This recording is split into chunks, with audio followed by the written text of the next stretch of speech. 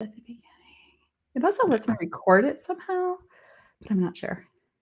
Okay. It looks like we're live. Awesome. Yeah. So we'll just wait here for people to join us. Sounds like a plan. My ring light going on in my glasses.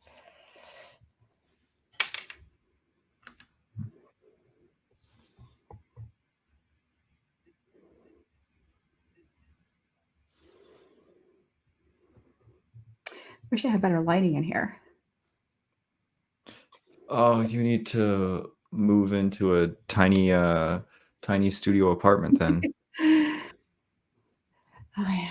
It's great during the day. At night, I need to get better lighting set up. I did get a couple lamps, but you can't see them in the screen behind me, or it would be darker than it is. Potentially. Oh, hi. Yay, it's working. Hi, Julia, Tracy, Carolyn. Hi, Carolyn. Hi, Patty. Vidya. Okay, let me just do a check and make sure. This is my first time here using this, that we are live.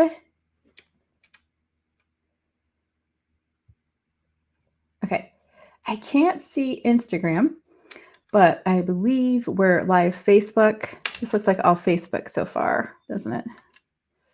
Yeah, it looks like live Instagram. Yeah. So yeah.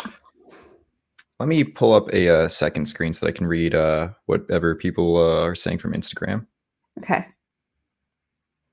Oh, that's the deal. Okay. Yeah, we'll probably just have to do that for Instagram. Maybe YouTube as well, if you could do that. Right. YouTube chat should come through. Okay. It says view on YouTube. There's an option for that. I don't know if you see it or not. I do not. Okay. I might have to pull up a second screen myself and manage it that way. Hey, everybody. Just making sure that I'm on all the platforms here. My first time doing this. I think you might be having an issue with Instagram, as I don't see. Yeah, it does not look like you're live there. Not showing. Okay. No. It shows that Nice we are, you, but on Instagram, it's. Hi, Cindy. Hi, Mike. Okay. So I'll just get going. I don't think there's anything to do right now to control that, since it's showing on our end that we're live. Welcome, everybody. Thank you for joining us here. I want to introduce you to my son, Jonas, who is broadcasting from Seattle, and I'm coming from Phoenix to join you guys here tonight. And he, I willingly came along, which I was happy about, because my announcement I have tonight involves him. So we will hold off on that for a little bit. First of all, I want to announce a giveaway. So if you are joining us here, you can enter a giveaway for your eligible. I was going to say, it's not very formal. I'm going to give away a copy of my book, Start It Up, and a private session. So to be entered, just comment yes, please in the comments. Now, we are not going to announce the winner tonight, but tomorrow, after we're able to look through, do the random drawing, make sure everybody's name gets in, I will announce the giveaway winners tomorrow. So I'll announce that again a couple of times here as we're together. So anybody joining us as we go along is able to get the information. Yay, good. Glad you guys can hear me okay. Okay. And any questions you have. So I thought it would be a fun time to come on and answer any questions you have about mediumship, about your past loved ones, signs from them, anything at all concerning spirit communication, spirit connection. Go ahead and put your questions in the comments. And so we'll go through there here tonight and answer any questions. Have a nice casual conversation. So again, put your comment, any questions you have in the comments as we go along. Yeah. Okay. So the big announcement I have is that I'm going to be starting a podcast. And if Jonas can help it, I will be ready at the beginning of the year. So the first week in January. I could not do this without him. Jonas is an audio engineer, and he's going to be doing the audio editing and the production of it all for me. So really excited about that. We have a title, and it's going to be called Get Spirited. So as the title implies, it's going to be about spirit communication, just connection with the spirit world, with our loved ones in spirit, all things spirit we will discuss. And it's going to include discussions about grief and healing. So I felt really passionate about having more conversations about this. I felt that way for a long time. Didn't intend to start a podcast, but everything's aligning that I think that will be a really good way to have these conversations. I'll bring on guests. So if you ever want to join me in a conversation on the podcast, that would be awesome. Clients, other professionals. I'm just really looking forward to discussing all things spirit and grief and healing. And if you guys are new to my page, to my work, you probably already know I'm an evidential medium, but I'm a medium. Also, too, I have been doing this work since my son, about a year and a half. Well, professionally, probably 2 years after my son, Perry, passed. I was in a lot of grief support groups, and I had a difficult time finding discussions that were both like that involved grief and healing that really went in depth into it. And also the spiritual side of things, the spiritual side of healing. So that's where my passion comes from because of my own experience. And I'm just really looking forward to sharing that. I think it's really important. I feel passionate about sharing with those behind me, for our family. It's been since 2015. I also feel passionate about sharing from a place. There's a phrase I heard one time years ago that said to share from your scars, not your wound, meaning that I feel really good at sharing now from a space of having healed from things, from conversations that I want to have, so that I'm not projecting an energy of and not projecting my own energy of the wound from it, but I hope that it inspires people who are new on a grief journey. For me, I know how important it was to see people who were further down the road, right? I needed to see people like Tom Zumba was really instrumental in my own healing in the book that he wrote, not just the book he wrote, Permission to Mourn, A New Way to Do Grief. If you haven't read that, I highly recommend it. But just hearing him speak and hearing him talk, his energy that he projects is one that I could tell he was in a good space and he had experienced a lot of healing, and I really needed that when I was newly bereaved. And so that's where my motivation comes from, where my desire comes from to do this, to have these conversations, because again, I think it's so important for people maybe just starting out to hear people talk about where they've been. I think sometimes we have a tendency when we've experienced some healing to either start avoiding the like in-depth grief conversations, maybe because there are parts of us that haven't been healed that get triggered, maybe because we just get tired of talking about it. And I admit I've been in that place before, and or maybe both. But regardless, I really am passionate about this. And so I'm looking forward to having conversations in each episode that really talk about the grief side of things, the human side of things, what we've been through, spaces we've crawled out from, spaces we've come from, not just glossing that part over, but really going into the spiritual side as well, and the spiritual connections and that side of healing too. Because as a medium, obviously I'm passionate about that and believe that I would not feel the way I do today without that connection with my son in spirit. And that's why I do what I do. So anyway, I hope that you guys will join me, and you'll be hearing more information about that as we get ready to launch the podcast. Hopefully, tentatively, the first week in January, and I'm planning on weekly episodes there. So really excited about that. Sorry that you guys have to see my ring light in my glasses here. um, yeah. So wish I didn't need them, the glasses. Oh my goodness. Yes. Cindy says that Jonas's hat says something about T-Rex, I think. Um, Cindy, Jonas, T-Rex is a big sign for her. Oh, it is? Yeah. I didn't even know that. Oh, Yeah, wow.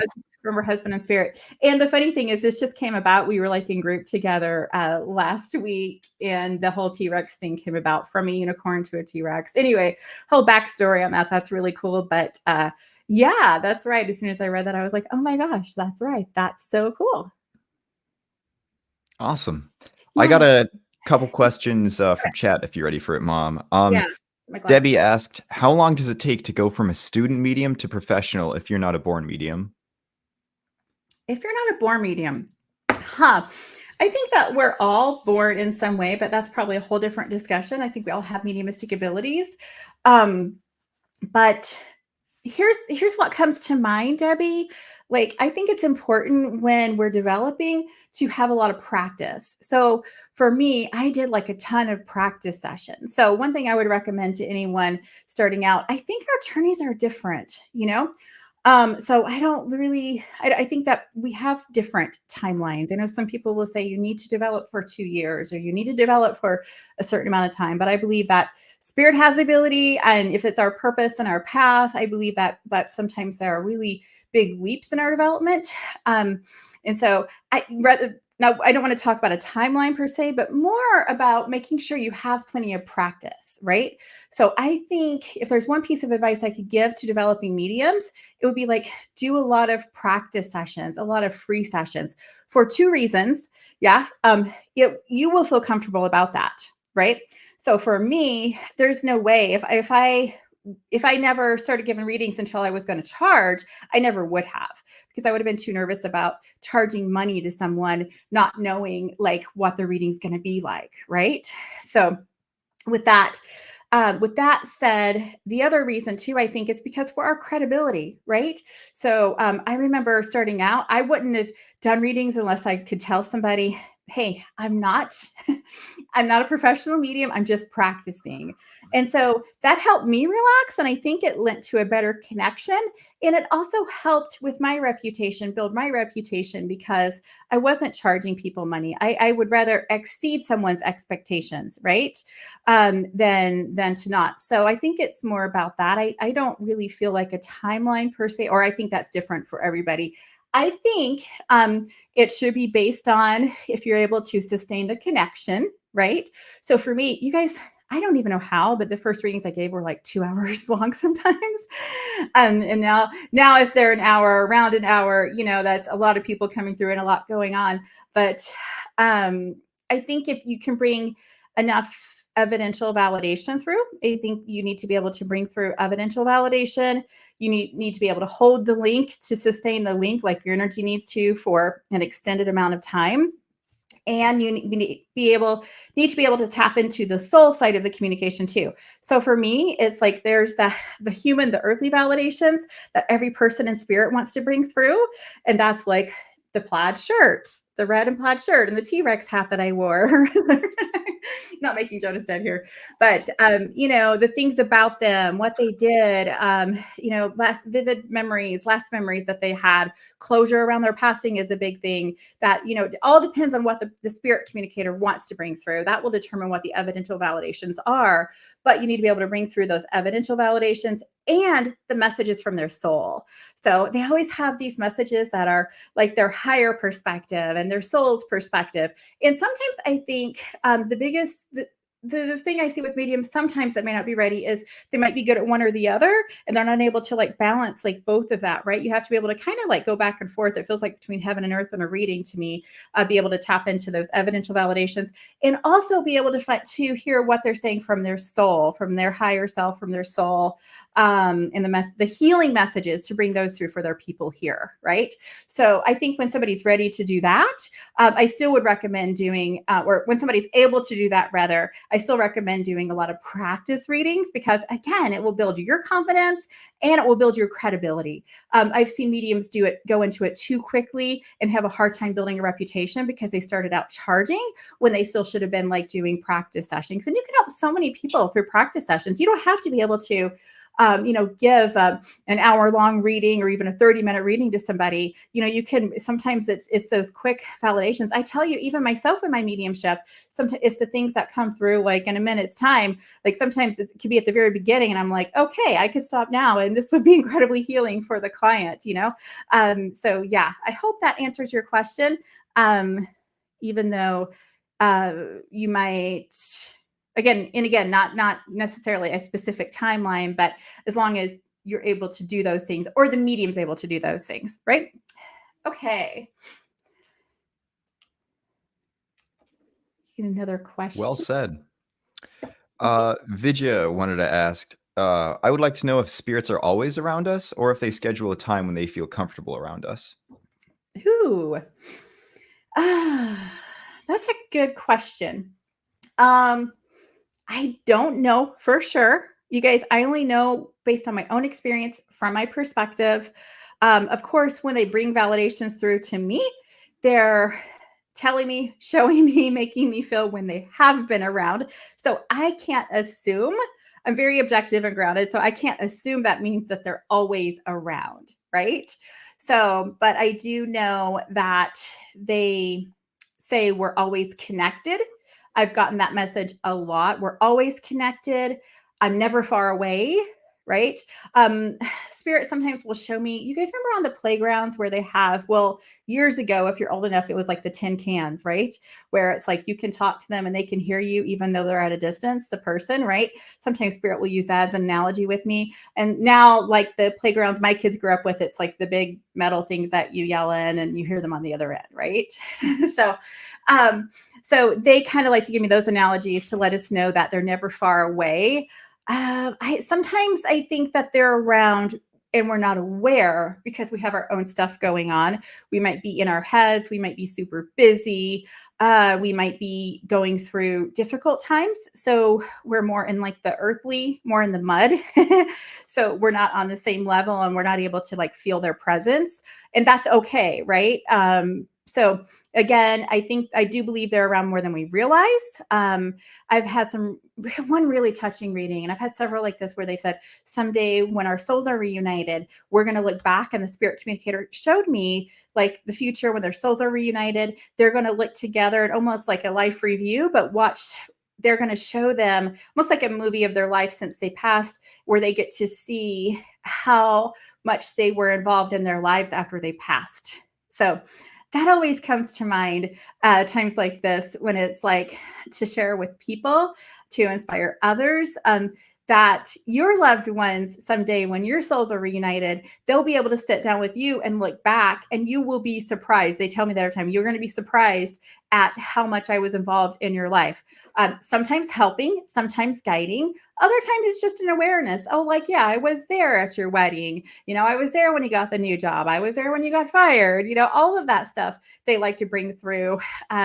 They've brought through, I had a mother-in-law one time that came through and said to me, to her daughter-in-law, Diane Wickline, if you're watching this, or if you watch this in the replay, she's a client who's become a friend of mine. And she, her mother-in-law, when I first connected with her, said, you've taken good care of my son. I'm not sure those exact words, but it was very meaningful to Diane because she explained to me that she never met her. And when her husband, before they got married, took her to the cemetery to his mom's gravesite, she told her, she said, I told her I'm going to take good care of your son.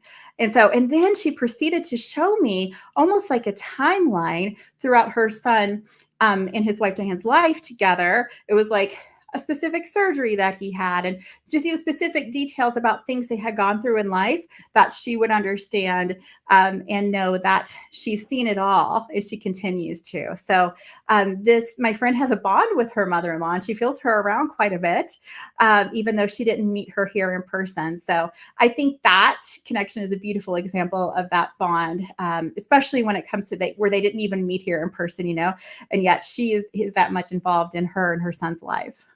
So yeah. Well put. If I'm not mistaken, Reek wanted to ask, now that you're aware of your ability, do you think that you've had some medium abilities that you overlooked prior to Perry's passing?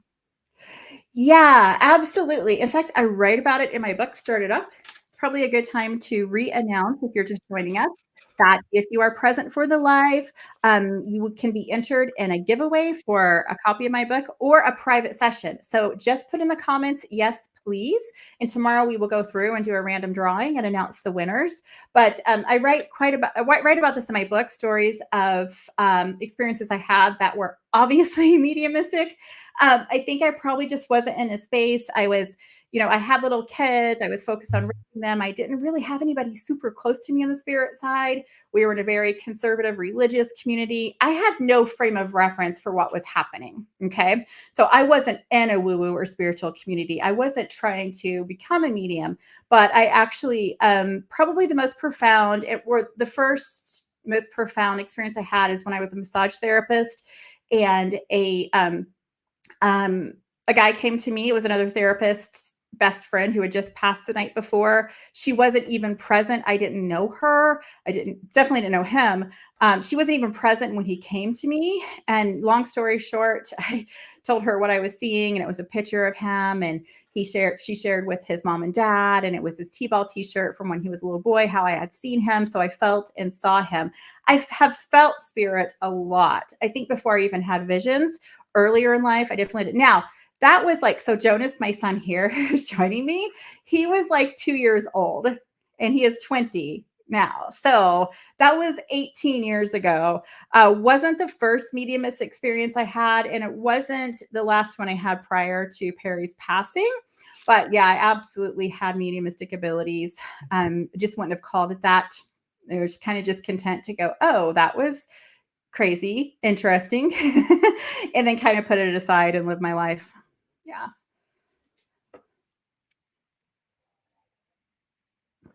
Great questions you guys are asking. Oh, yeah.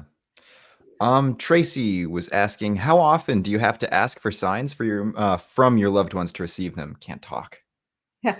So that's a great question. I don't think you have to ask all the time. I think we can kind of get in our heads with it and like want it too much sometimes. But I feel like being intentional, like I like to ask at a time when I'm centered. Maybe you don't have to do like a formal meditation. Maybe when you first get up in the morning, maybe use journaling or writing. I don't think that makes it easier for them, so to speak. But I think it helps us become more aware of the signs, if that makes sense. Because I think that our loved ones are sending us signs more often than we realize. Yeah, I just gave a reading yesterday and somebody brought through signs that they had sent the person. And then these signs, stay open to this because they're sending this as a sign as well. And this is a sign. So spirit will communicate that a lot, that they're sending more signs than what we're actually getting. Yeah, great question. Thank you, Jonas, for looking at the questions. That means I don't have to wear my glasses. So that no one has to deal with the glare. Yeah. I just want to take a second to say I'm always reading chat while my mom's head is in, the clouds, wherever spirit is. So if I don't respond to anyone saying hi to me, just know I'm saying hi on the inside. And that's what counts.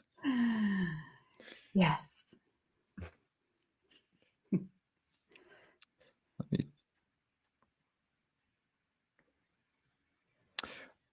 Karen wanted to ask, when you began reading for others, what did you have to go? Oh, sorry. Did you have to go in person? That helped. Karen, if there's another way you could word the question, I don't quite follow up on your wording of it. Well, and I could go ahead and get started here, and you can let me know, Jonas, if I'm not on track or if there's more to her question. But Right. I did not. I actually, all my readings were remote. Literally, you guys, the way it happened is my son Perry passed, and within a couple of months, I was seeing him in my mind's eye. He was coming with other children. I'd go to grief support groups and then see these children. I'd see evidential details. So he literally was like, made it clear to me. And so a lot of it was online. A lot of it was like on online support groups. There were a couple times that it was in person, but for the most part, it was online. And then I was in grief support groups and online, and then they started telling people, their friends, about me, and then their friends would reach out to me. And so long before I was giving readings. And a lot of times when the person reached out to me, then I would feel the energy of, like, this was mostly children, because these were like bereaved parent support groups.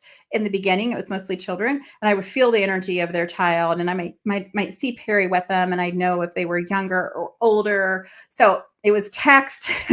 Sometimes people would ask if they could call me. It was Facebook Messenger. That was literally how I developed spirit. You don't need to be in person at all. And you don't need to be in person for a psychic reading either. I don't believe either mediumship or psychic, you don't have to be in person for. In fact, I had been doing readings, practice readings, for about a year. And then I went to a James Van Prague workshop in California. First time I had been in person with anybody doing this work. I really wanted to go because I wanted to go. I wanted to be in person. I was starting to have a fear of doing it in person, or an anxiety about it. And it gave me a lot of confidence. I got validation from James, and just that experience of being able to sit with others and doing practice readings with the other participants in that mediumship workshop was really valuable for me. So yeah, definitely, you do not have to be in person. Gotcha. Karen posted a clarification. Did you have a go-to person, someone that you can trust that knows that you're not crazy? And I think I know what the answer to this is. Do you think you know? My family, my husband, my kids. I don't know. Did you ever think I was crazy, Jonas, when all the stuff started happening? I mean, you've always been a little bit strange, but I just think that all kids think their moms are weird. I think that's just I think that's just a general mom thing. You were never like, oh my gosh, what's she talking about? Is she going crazy? Like, did you never felt like that? Like, No, my first thought was, oh geez, her mind's been gone for years. okay, Jonas is quite the comedian too, guys. So, Yes. learn his humor. Yeah. So, what was the question again? Oh yeah, go-to person. Yeah. So there were several. It was, you guys, I didn't come from, again, like an open background, really. Actually, I did talk to my mom about it. My mom is a pastor's wife, but she's always been very intuitive herself, and I could tell there was some fear there, but she definitely believed in the Holy Spirit, and kind of reaffirmed me and what was happening to me. So I just want to give her credit too. Um, and again, my family heard everything, that was going on. And that was very comforting for me. I was kind of in a bubble there for a long time. And then, of course, through the people that I read for, and brought the validations through, that was comforting to get that validation, and kind of build that support group, from different people that I knew. I joined an online like mentorship program early on, and that really served me well. There was a Catholic medium who helped me figure out, my specific abilities, and I stayed there until it really no longer served me. And then spirits always brought people, into my life at the right time throughout my development. So never really felt, I mean, I've definitely had times more, it's probably the lonely times or difficult times have been more about losing friendships that I had established prior to this, but I've really never lacked like finding people who were supportive and who were like-minded. And I'm really grateful for that. Awesome. Yeah. All right. Just wanted to say, if no one, if I don't get to anyone's questions, just let me know. Post it again. There's a lot of questions we have to get through, but I promise, as long as we're live, me and Mom are gonna try and get through them all. But Nancy was asking, how do you know if a spirit is with you? Oh gosh.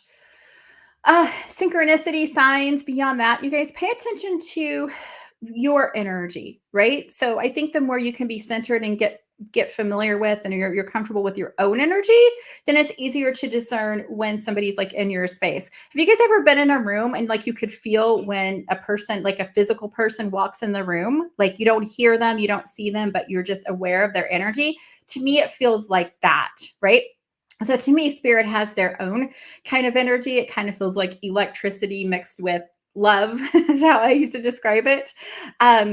And they're usually coming to me on behalf of somebody else. I've never had any spooky or scary kind of things, but sometimes it's very, very subtle. And I find the more I go along, actually, the more subtle it is. In the beginning, I think they were really trying to help me trust, is I would have these really powerful experiences of discernment, whereas now it's a little more subtle. And I think a lot of times too, the subtlety relates to how we feel our own loved ones sometimes, right? So you're very familiar with your past loved one's energy. So you're going to be able to know when they're there without really knowing they're there, if that makes sense. It's sort of like memories. They can connect with you through memories. They can drop memories in your mind as a way to telepathically connect with you, but you're going to think it's your own memory. You're going to think it's your imagination, right?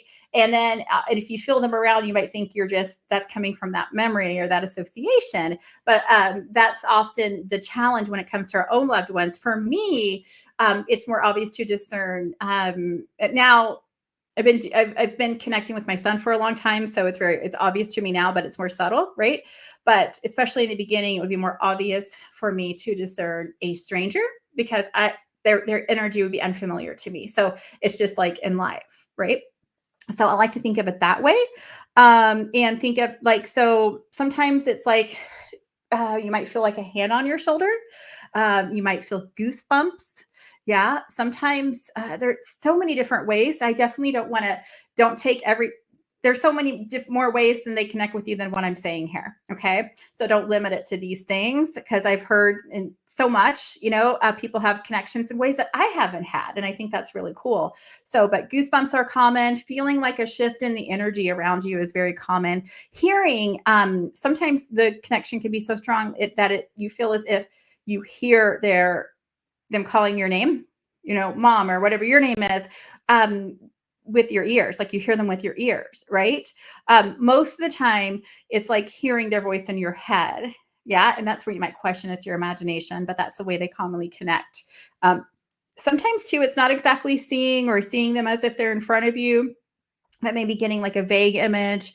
Again, something you might think is a memory. Maybe a lot of times they'll try to project to us how they feel now, and they know that we associate that with a certain memory of when they were really happy. This happens a lot with older people. When they come to us, they might come at an age when they were young and at their prime, but it can also be with younger people too. Like you see an image of them and it reminds you of, that the memory that you guys shared together and they were really happy then. So you might see that memory yourself, but they're actually connecting with you, if that makes sense. Yeah. Well put. Thank you. All right. Vidya and Tracy had a couple questions for me, actually. Does Perry give me signs as well? He used to a lot in the couple years following his passing, not so much anymore, but occasionally, every once in a while, I'll see something, like I'll be listening, like just if I'm not mistaken, not a few months ago, about a year ago, last when I was in Arizona, I was driving, listening to the radio when my CD that I was listening to stopped working. So I flicked over to the radio, and Beatles just happened to be playing, his favorite band. And I looked at a car in front of me, and they had a Beatles bumper sticker on them. So he does definitely give me signs from time to time, mostly in dreams, but not so much as he used to back shortly after his passing. But enough to know that he's still with me. Yeah, thanks for sharing that. And I think that you bring up a good point, Jonas. That's common that a lot of people experience those signs within the first couple of years a lot, and then it seems like they slow down as time goes. Yeah, and I think it's really about our healing, and they know that we trust that they're around, not far away, and we're doing good. So it's easy to get disappointed when the signs slow down, but it's always a good sign, I think. Yes. Just letting you know that they're still with you. Yeah, absolutely. Right. Tracy wanted to ask us if Jonas has similar gifts to you, and I will say no, and I know that you're going to say something else. He is very intuitive. So we used to have this thing where I would give a reading. This is when he was at home. He's taking he can't hear me when he doesn't have his earphones on. This was funny. I tell him he's psychic and doesn't know it, because I used to be psychic and didn't know it. But we'd have this thing where I would come out of a reading and he would just randomly make a joke about just some random name, and it would be the name of the person I read for. I remember one time we were in Vegas, and with me and my middle child and Jonas were in Vegas, like after her graduation, seeing Hamilton. Do you remember that? You probably don't remember this specific time, but I remember because we stayed in a hotel there, and I had a client the next morning that I was going to take from the room remotely. And so my kids walked around, and then he came back, and he knows all, like, this is scribble scrabble. This is like when I'm connecting with spirit, right? And he came in the room and he was like, "Mom, that looks like a 2-year-old girl wrote that." And I literally had just connected with a 2-year-old girl. So, do you remember that? Very vaguely.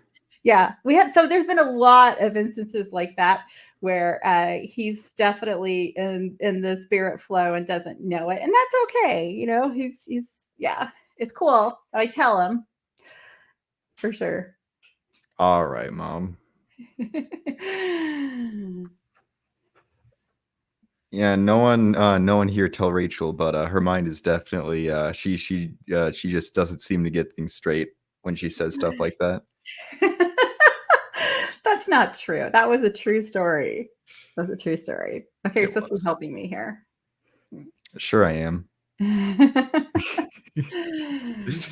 Kimberly wanted to ask, why does spirit seem to come through strong with some mediums and not with others? Does it have to do with the spirit is not a good communicator, or is it a combination? So I don't know. I've heard this before about some spirits being better communicators. That's something that they've never really expressed to me. I think it depends on the timing. I think there might be a thing with maybe there's a medium that can connect better, that can get their message through better than another medium, right? So they might,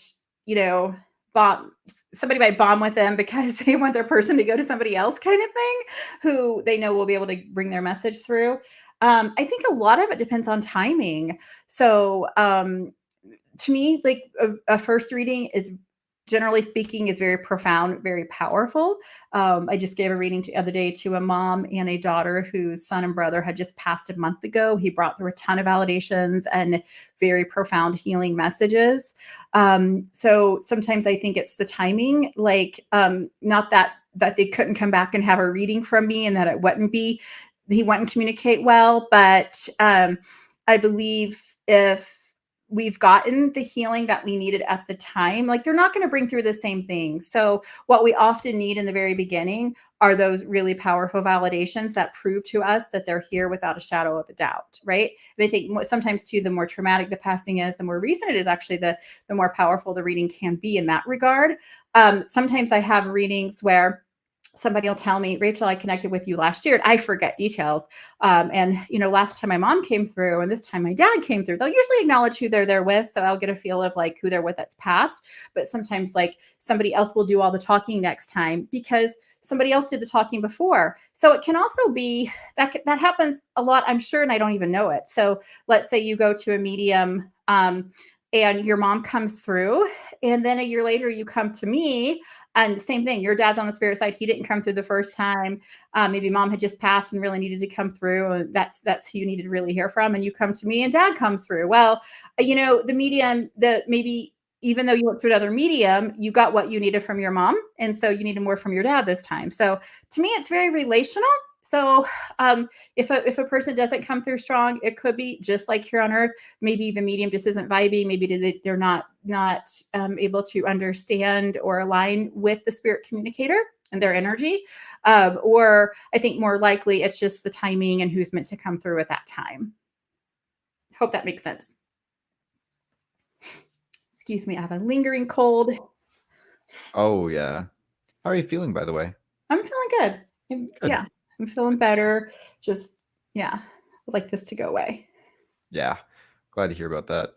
Barbara had a bit of a run-on question to the last one. Wouldn't it also be about presentation? Presentation. Ooh, I'm intrigued. What can you elaborate about that? About presentation? I think sometimes we can mess things up. I have before, certainly. I like to think I've worked through this, but years ago when I would get them all mixed up or blended together, I've had it. I remember one time in particular, I connected with this lady and her dad who passed years ago tried to come through in the very beginning, and then she had some other loved ones who came through, and then we got to the end, and she said, that was wonderful, Rachel. She was like, I wish my dad came through, but it was a really good reading. And then she explained to me that her dad passed young. And I was like, wait a minute, the man with the blue shirt, because I was never able to identify him, right? It turns out it was her dad. And he passed so young. And so he was presenting at an age, and I don't know if that's what you mean, presentation, something like that can mess us up. Presenting at an age that was much, because he passed younger, he was actually younger than she was at the time. So it can get really confusing with that. And then you have sometimes fathers who come in younger, but passed older and all of that. But anyway, the interesting thing about that reading is I actually felt led to connect with him again. And I said, hey, I'll give you a reading, no charge, but I felt called to a particular date. And I was like, can we make this happen around this time? And I don't think I got the specific date, but definitely the month, which is a couple months later. And she was like, yeah, absolutely. So I reconnect with her a couple of months later. The reading got booked exactly on his birthday. And I wouldn't have known that. Had a beautiful reading, connected with her dad just fine. But I lost that one because I wasn't able to identify him as her dad, and or she wasn't able to identify him as dad. But I always take responsibility. I'm like, there might have been something there, or the way I said it that obviously didn't trigger with her that it was her dad. So yeah, I think it's nothing personal. It's just, I always think medium is more of an art than it is a science, right? I think it's the purest form of art, really, because spirit has to use our own minds. As a medium, spirit has to use my mind and paint this picture in my mind, right? So same with words. They're saying things, but they're saying things that I know I'm going to understand. The catchphrases are things to get a point across. Sometimes it's literal, sometimes it's symbolic. I don't always know.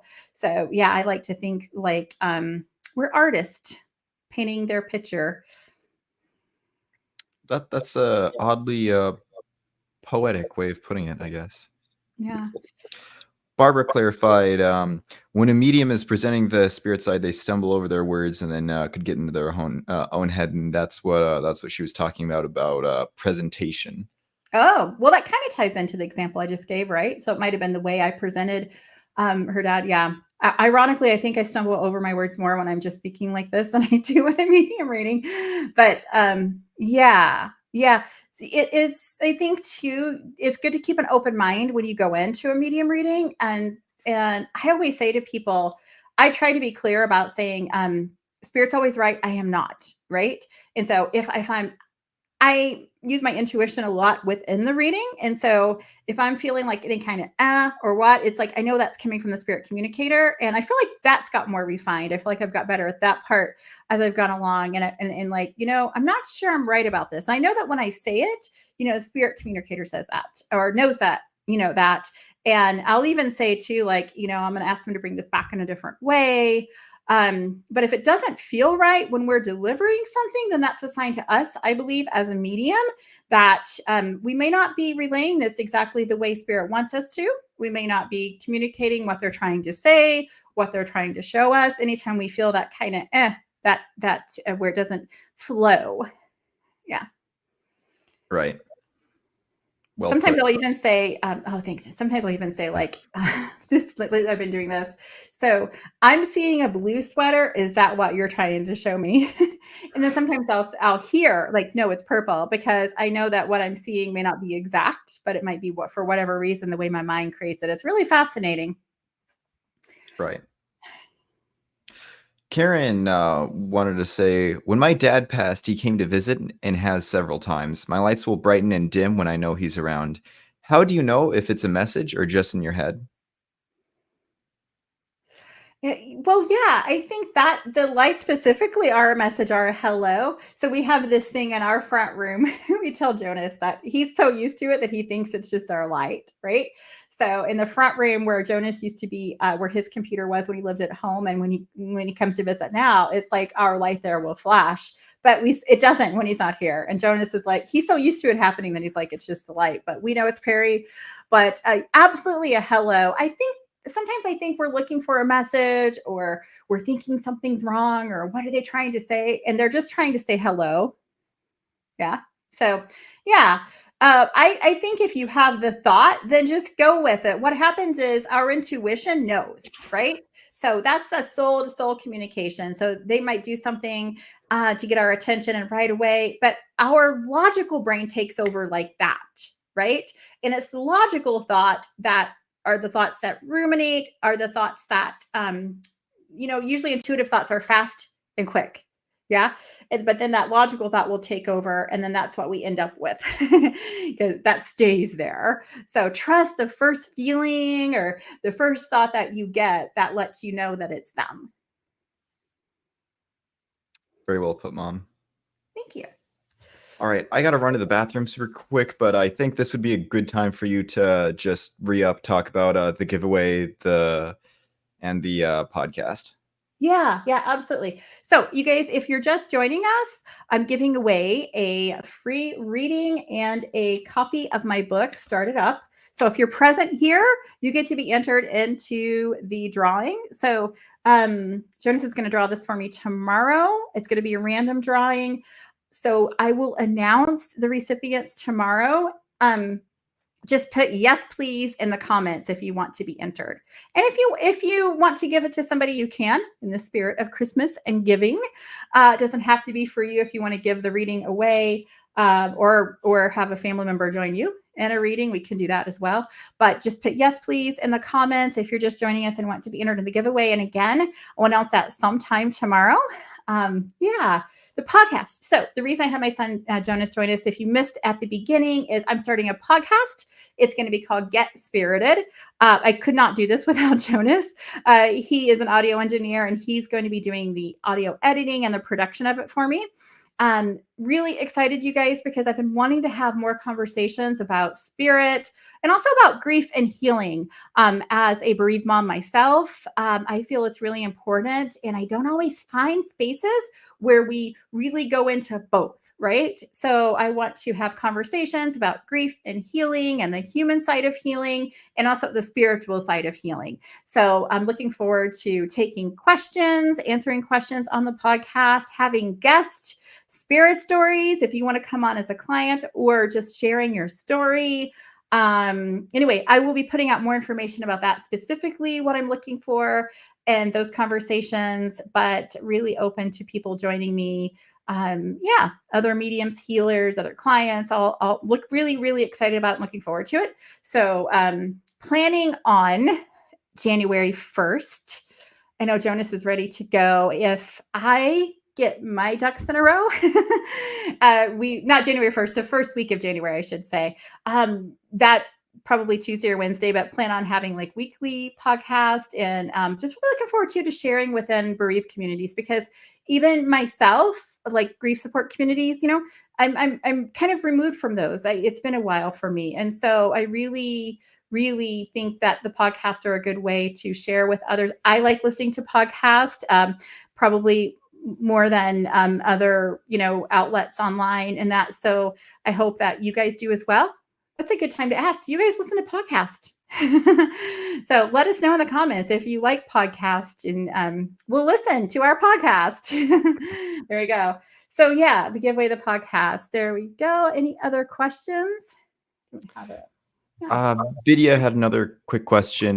Do you meditate every day, and if so, for how long and how many times a day?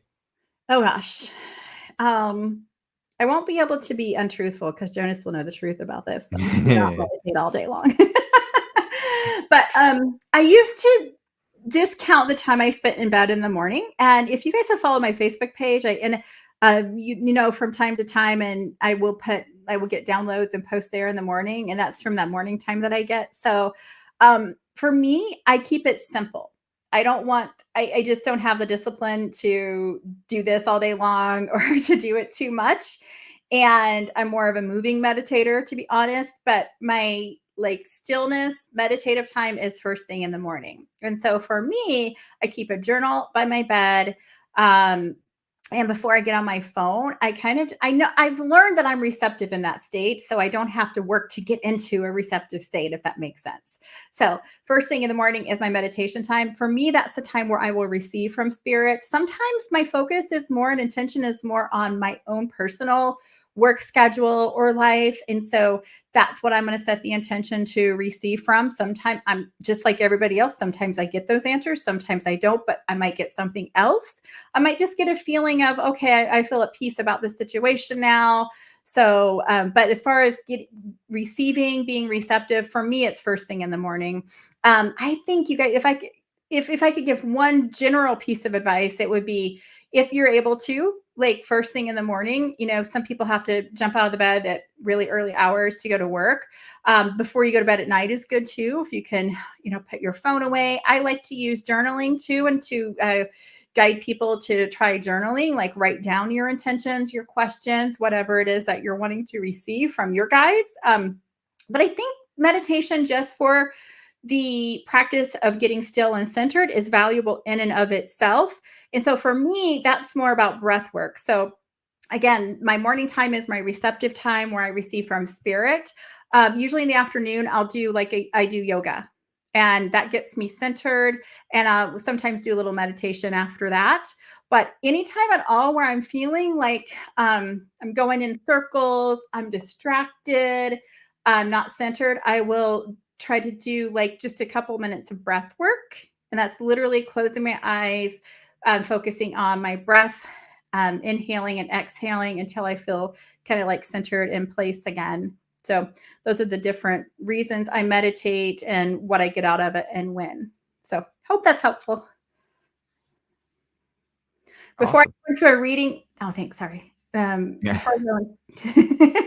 Before I go into reading, I just make sure I'm centered. I do send my thoughts out. I do say prayers of gratitude to spirit, inviting the spirit communicators, and I'll listen to for me, it might be dance music, or I might dance. I'm a dance instructor too, very part-time. But anyway, those are the things I like to do before a reading to kind of like raise my vibe. But that's to me a different, again, maybe way that I meditate and reason why I do. Yeah. Great questions you guys are asking. Yeah. I definitely meditate first thing in the morning.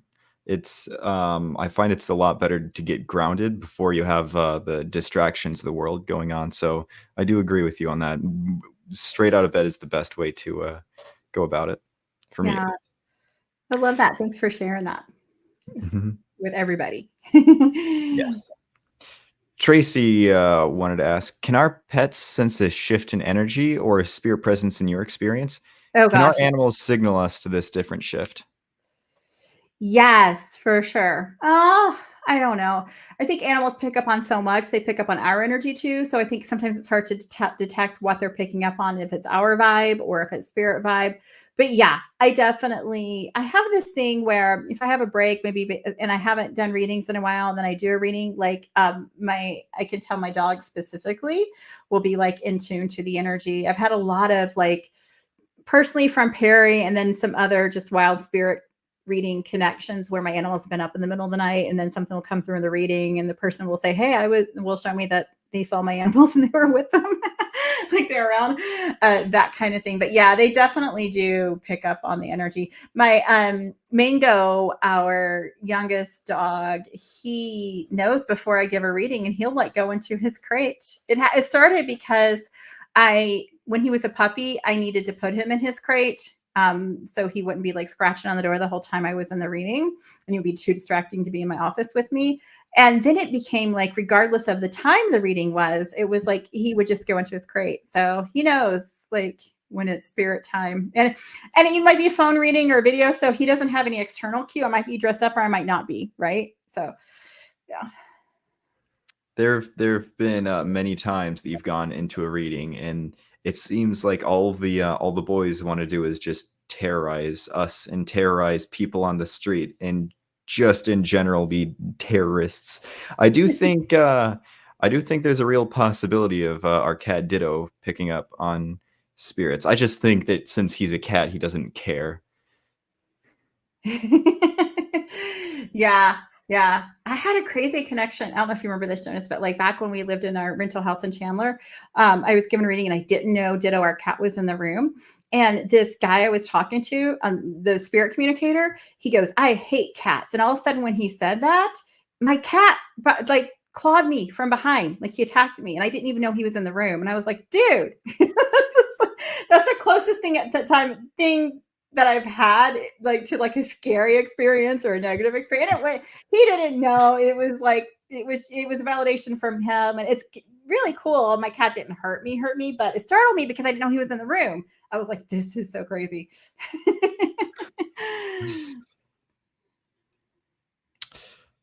Vidya wanted to ask again, when someone when let me try that again. When someone crosses over, do they have to gain energy to connect, or do they have enough energy to connect regardless of when they passed?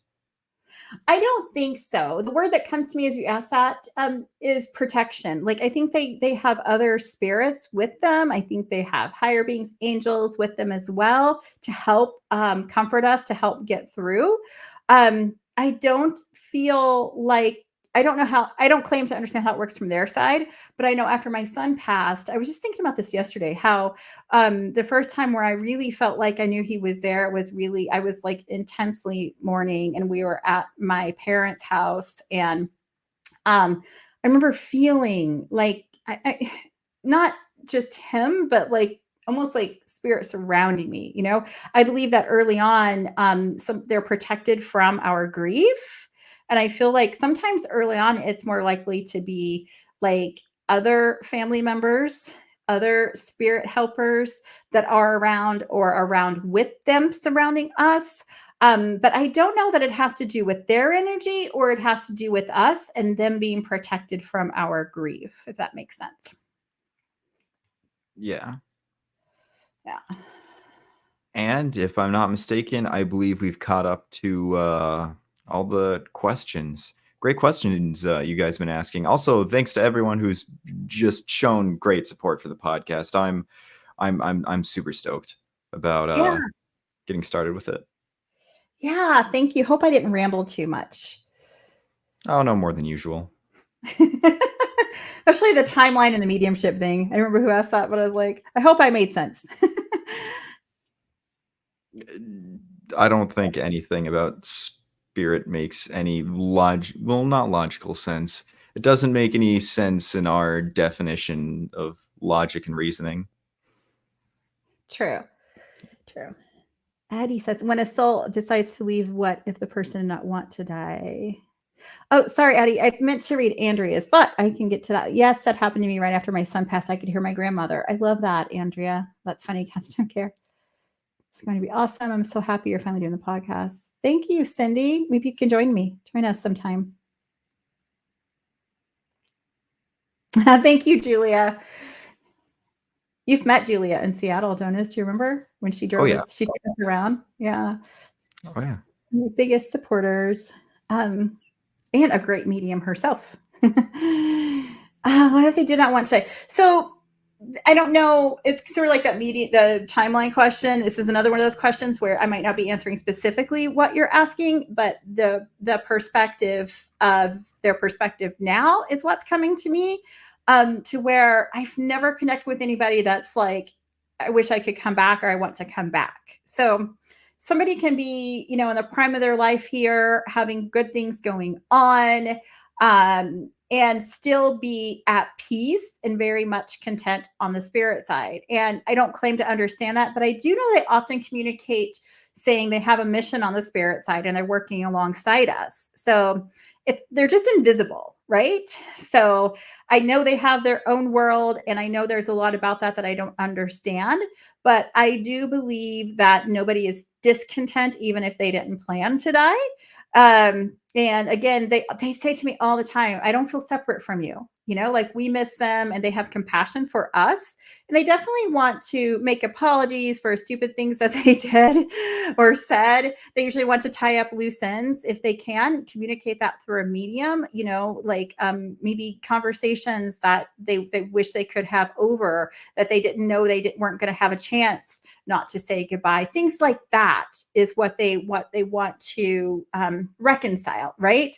But they are at peace. They're absolutely at peace, content, and yeah, I hope that makes sense. Okay.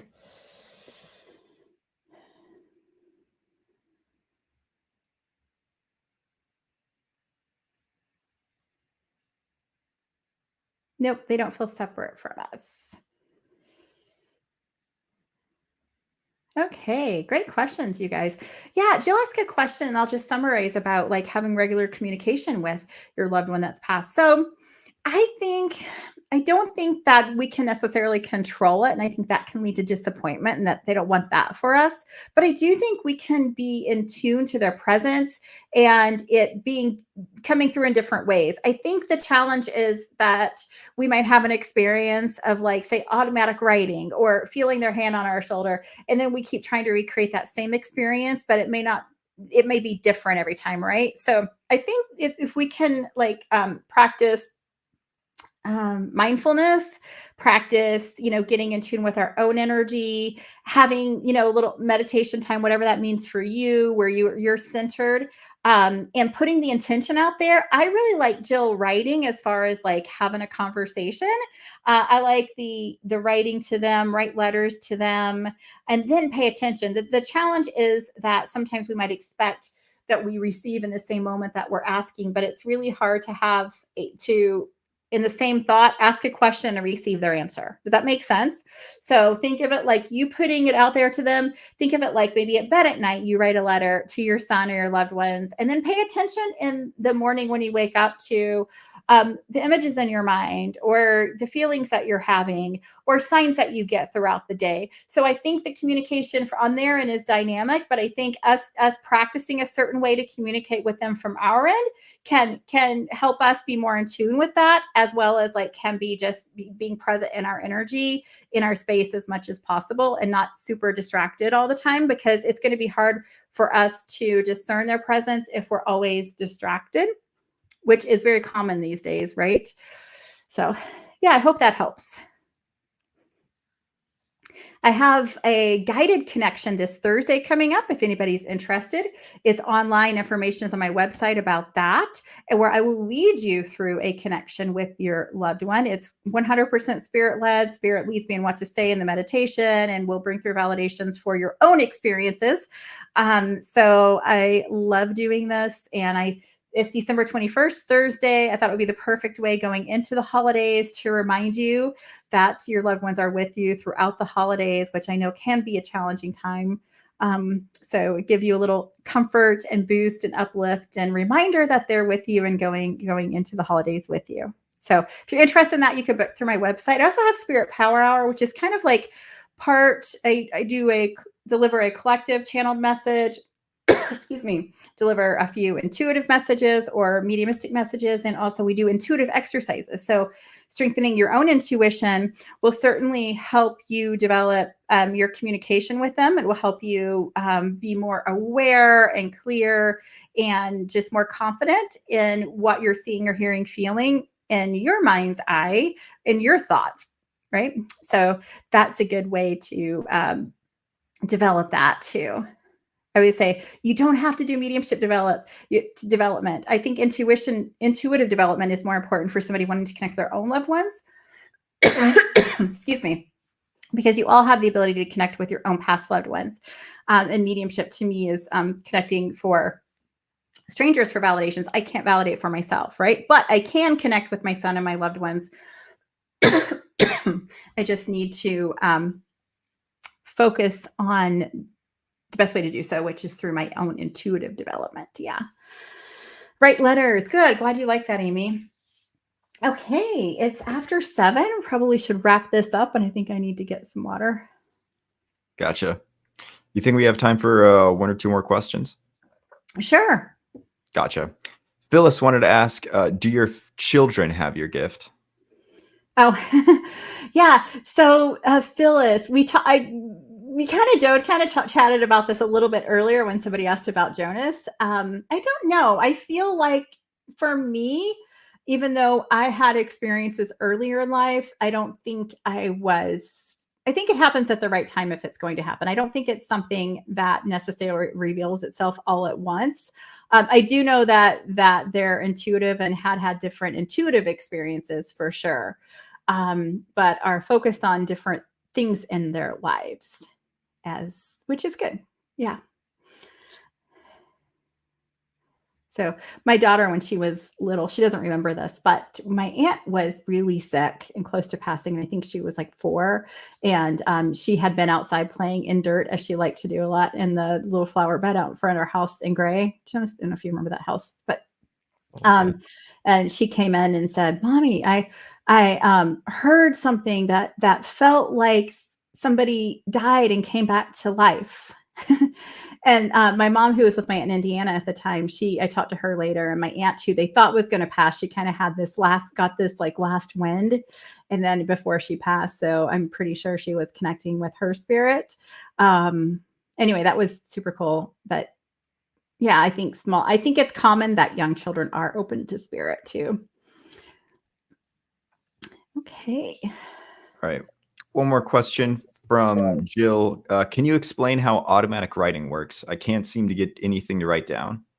Oh, yeah. We should chat about this. So, the thing about automatic writing is that sometimes people are expecting that like spirit's going to take your hand, right? And for me, that's not how it's worked. And so for me, like I scribble during readings, start writing and things during reading. And for me, it's about two different things. Like when I'm doing a reading, I might look down and see that I wrote a name down that I wasn't aware of. So that was something I wrote automatically without realizing it. I posted recently in a couple of readings some drawings that I did too that were automatic drawing. But for me, myself, I have written to spirit. And for me, it's about kind of getting into that meditative state. And actually, I use writing as a way to get there, even, right? So I just start writing down my questions. And sometimes it's even like a brain dump, like a stream of consciousness. Sometimes random things will come up that's on my mind, and I just put it all down there until I'm clear and centered. And then I get to, sometimes it's the answers I write down, sometimes it's the questions. To me, it's not always clear whether it's connecting with a loved one or connecting with spirit, my guides. It's not always clear where my thoughts end and theirs begin, if that makes sense. And I think that's common. But I leave with this insight, right? And so it's really hard. I probably should do a class on this actually, because I know it's a little bit difficult to explain, but I think it's more intimidating than it sounds. And I think people expect something to happen that's different than how natural it actually feels. Yeah. So I don't know if you guys would ever like a workshop on that, let me know, because I've thought about doing something like that before. When I do Connect for Yourself workshops, we actually use journaling. I call it journaling because I don't want it to be intimidating, but people will have the experience in these workshops of like that, what I just described. Sometimes knowing this is their loved one writing this, saying this, that maybe they're writing it down as they're receiving the thoughts. And the act of writing keeps the communication going, right? So it might be that you're actually aware of the thought, like I often am, right? When I'm doing this for myself, I'm actually aware of the thought, I'm writing it down. And as I write more down, more comes to me and I write more down. So for me, it's just a way to get as much as I can from spirit, versus, because I can only hold so many thoughts in my head. And I teach this in my mediumship too. Like you have to say it or you have to write it down to keep the communication going, right? You have to express it. Yeah. Hope that makes sense. You guys have great questions. Yeah. Like we've gone really deep here tonight. Yeah. Been a fun stream. Good questions. Super thankful to be on here tonight. I've done a lot of work for Rachel behind the scenes, doing tech work, website work, graphic design, audio stuff, and it's completely different to actually get the positive feedback you guys have given us tonight, and I'm really appreciative of the kind words that everyone's been saying tonight. Yes, for sure. For sure. Yeah, it is really nice. So maybe we'll do this again before long. You're so welcome, Barbara. Merry Christmas to you too. Yeah, Merry Christmas, everybody. Happy holidays. Yeah. And again, in case you just joined me and didn't get a chance, the giveaway is just write yes, please, to be entered in the giveaway for the book or the private session. Yeah. And we look forward to sharing our podcast with you soon, hopefully the first week of January, if I stay on top of everything like I'm supposed to.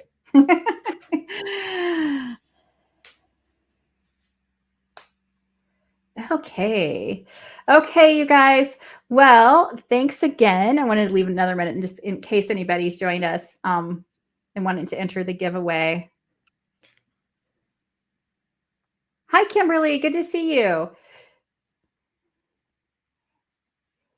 Yeah. Okay. Okay. Thank you guys again. I just ditto what Jonas said. It's so nice. So much of what we do. It's nice to read comments for me, on Facebook and that, but the live interaction is so nice. And I haven't done this in so long. I used to do these more frequently before my Facebook page got hacked. And then when I had to create my new one last year, I remember going live and like nobody joined me. And I was like, oh, this is like, just having to rebuild it was just kind of like overwhelming at the time. But yeah, you're so welcome, you guys. Thank you. Merry Christmas. Let's see if we can figure out how to end this now.